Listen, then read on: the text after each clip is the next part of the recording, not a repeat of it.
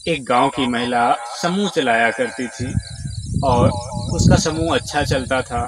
Group में चलाया करती थी और सभी लोग उसकी बातों को मानते थे। रिकवरी एजेंट भी उसका सम्मान करते थे। अचानक से उसके घर में तबीयत खराब हो जाती है। बच्चों की उसके तबीयत खराब हो जाती है, उसके पति की भी तबीयत खराब हो जाती है। लेकिन रिकवरी एजेंट उसकी बातों को नहीं मानता है, उसकी बातों को नहीं मानता है, ना उसके परिवार की स्थिति को देखता है कि ये लोग क्या हैं क्या नहीं हैं।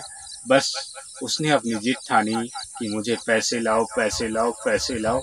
उसने क्या किया, अपना जो कुछ खाने का सामान था वो उसने बेच करके एक किस्त तो जैसे तैसे दे दी। दोबारा फिर से किस्त आ गई।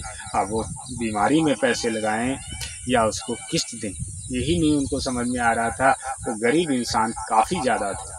वो औरत काफ़ी ज़्यादा परेशान और उससे रिक्वेस्ट करती कि साहब जी आप अभी मैं मत लो, मेरे बच्चे का भी तबीयत नहीं सही है और मेरे पति का भी तबीयत नहीं सही चल रहा है, मैं किस्त देने में अभी असमर्थ हूँ। लेकिन वो रिकवरी एजेंट समझ ही नहीं रहा था इस बात को कि मैं क्या करूँ, मुझे किस्त चाहिए तो चाहिए, किस्त चाहिए तो चाहिए, चाहे तेरा पति मर जाए, चाहे तू मर जाए, चाहे कोई भी मरे, मुझे उससे मतलब नहीं है। मेरे को किस्त चाहिए, मतलब किस्त दे दूं मेरे को, मैं ये कुछ नहीं जानता हूँ। वो औरत काफ़ी ज़्यादा परेशान अपनी साइकिल बेच लेती है, हल वगैरह बेच लेती है, उसकी किस्त को भरपाई कर देती, दूसरी भी किस्त उसकी चली जाती है। उसके बाद उसके पास अब खाने के लिए उसके पास कुछ नहीं बचा। अब वो पैसे खरीद के खाए, अब काम करने में असमर्थ हो। अब वो उसकी हालत कैसी हो गई, काम करने में वो असमर्थ, उसका पति।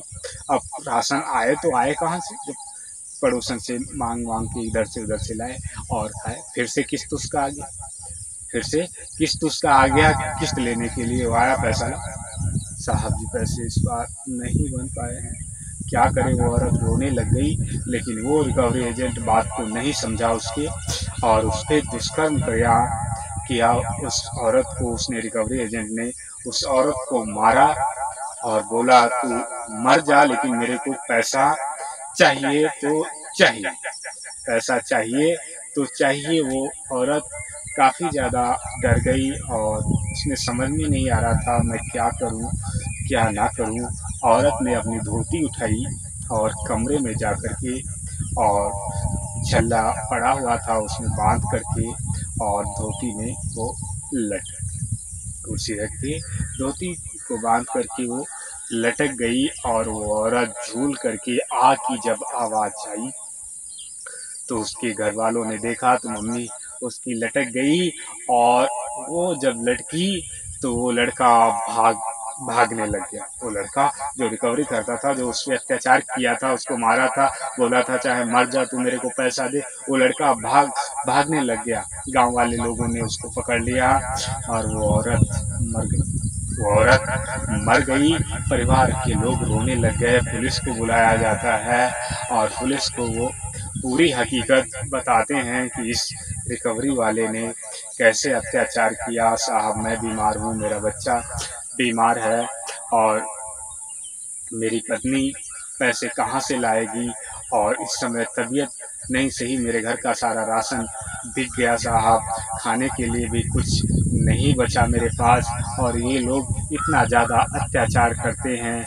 और हमारी पत्नी को मारा इसने, बोला पैसे नहीं दे पाती है तो चाहे जो कुछ कर, मेरे को पैसे लेके आ। उसके मन में पता नहीं क्या बैठ गया साहब, उसने वो देखो फांसी लगा लिया। और मैं बताओ अब मेरा परिवार तो सारा कुछ इसने उजाड़ दिया। उसको और उसके साथियों को जेल में पुलिस पकड़ लेती है और थाने लेके जाती है। सबसे पहले उन सभी को इतना ज़्यादा कुटाई करती है, समझ लीजिए उन सभी की, वो गाय जैसे बछड़े गाय मारे जाते हैं, जानवर चिल्लाते हैं, उसी प्रकार से वो जिस इंसानों पे जुर्म किया, वो औरत जो उसके कारण मर गई, वो गाय गोरुओं की तरह चिल्लाता है। जब पुलिस उस पे पटे चलाती है और डंडे बरसाती है और उस पे मरहम पे नमक डालती है, मरहम पे जब नमक डालती है तब उसे एहसास कराती है कि दर्द क्या होता है, दर्द क्या होता है, कहता है साहब जी अब ऐसा काम हम कभी नहीं करेंगे। उसके परिवारजनक के लोग जाते हैं और उसका मुकदमा दर्ज होकर के हाई कोर्ट में पहुंच जाता है। हाई कोर्ट में पहुंचने के बाद वकील लोग, जज साहब उसे सज़ा दे देते हैं और उसकी सज़ा 20 साल के लिए हो जाती है, क्योंकि उसके कारण एक इंसान की मृत्यु हो गई। और उसकी पत्नी और उसके बच्चे काफ़ी ज़्यादा जज साहब से रिक्वेस्ट करते हैं और उसके पाँव पे गिर जाते हैं, लेकिन जो गलती करता है उसकी सज़ा कानून ज़रूर देता है, हर किसी को देता है। तुम यदि रिकवरी एजेंट हो, सुन रहे हो नाइंदर कहानीकार की कहानी को, तो कभी भी ऐसी गलती नहीं करना, नहीं तो आपका भी ऐसा हाल हो सकता है जैसा इस रिकवरी एजेंट का हुआ। चलिए अच्छा कोई बात नहीं, हम आपको फिर से मिलते हैं अपनी एक नई कहानी के साथ में। तब तक के लिए आप अपना रखेंगे ध्यान, अपने परिवारजनों का रखेंगे ध्यान। नाइंदर कहानीकार आपको फिर से मिलेंगे अपनी नेक्स्ट कहानी के साथ में। तब तक के लिए प्यारे मित्रों, आपको नाइंदर कहानीकार का नमस्कार।